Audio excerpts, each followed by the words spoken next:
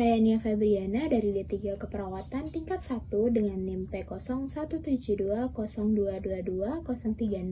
Saat ini saya akan menjelaskan mengenai perilaku. Stay tune! Baiklah, akan ada 3 hal yang kita bahas. Yang pertama, bagaimana cara untuk menumbuhkan perilaku yang produktif. Yang kedua, bagaimana perilaku menjadi perawat yang profesional. Dan yang ketiga, apa tantangan terbesar bagi perawat agar menjaga perilakunya tetap baik. Mari kita bahas. Pertanyaan pertama, bagaimana cara menumbuhkan perilaku yang produktif? Cara untuk mewujudkan hal tersebut adalah yang pertama, tentukan tujuan dan pencapaian yang ingin dicapai. Jadi, dengan kita tahu tujuan dan pencapaian apa yang ingin kita capai, kita akan selalu berusaha untuk melakukan hal-hal produktif agar keinginan kita terwujud. Dan yang kedua, memanajemen waktu. Penting sekali untuk memanajemen waktu, karena waktu adalah hal yang paling berharga dan tidak dapat kembali. Sehingga kita harus selalu memanfaatkan waktu dengan baik. Yang ketiga, membuat to-do list setiap harinya. Jadi, setiap pagi kita membuat kegiatan-kegiatan apa yang harus kita lakukan pada hari ini. Sehingga kehidupan kita akan lebih teratur dan akan mewujudkan apa hal yang ingin kita capai di hari ini. Setelah 3 hal tadi, dan yang keempat yang paling penting adalah menentukan prioritas.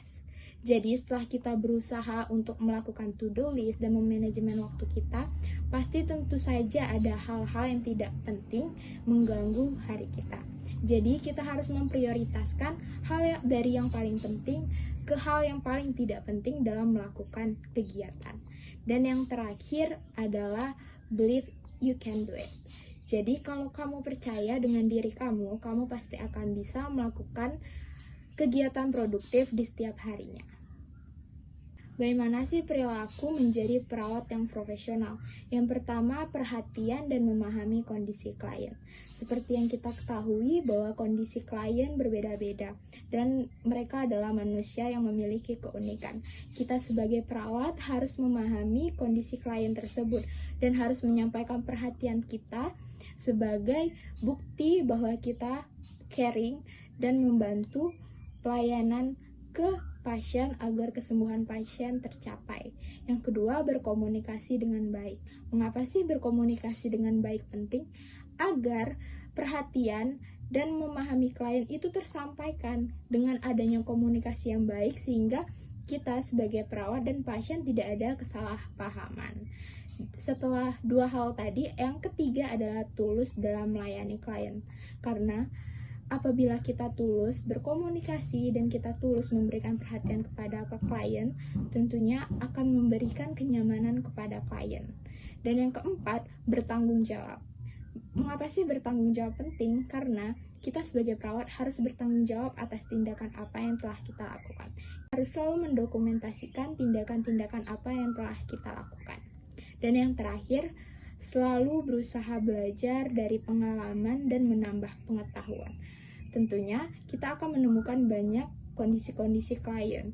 Nah, dari hal tersebut, kita harus belajar mengenai tindakan apa yang harus kita lakukan dan apa hal yang bisa kita lakukan untuk membantu penyembuhan klien. Pertanyaan terakhir, apa tantangan terbesar perawat dalam menjaga perilakunya tetap baik? Tantangan terbesar perawat adalah yang pertama, mempertahankan mindset dan emosi. Mengapa sih penting? Karena emosi kita akan mempengaruhi perilaku kita. Di saat kita emosi, tentu perilaku kita akan tidak baik. Jadi perlunya mempertahankan dan mengontrol emosi kita dalam berperilaku kepada klien ataupun kepada masyarakat lainnya. Dan kita harus mempertahankan mindset kita untuk kita terus berusaha menjadi seseorang yang baik. Dan yang kedua adalah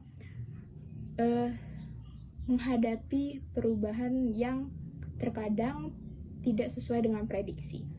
Jadi terkadang perubahan terjadi tidak sesuai dengan prediksi yang telah kita prediksikan. Jadi kita harus siap dalam keadaan apapun, tetap berperilaku baik dalam situasi apapun dan dimanapun. Baiklah, itu saja yang bisa saya sampaikan mengenai perilaku. Semoga bisa bermanfaat bagi kita semua dan mohon maaf apabila ada kesalahan. Terima kasih dan bye-bye.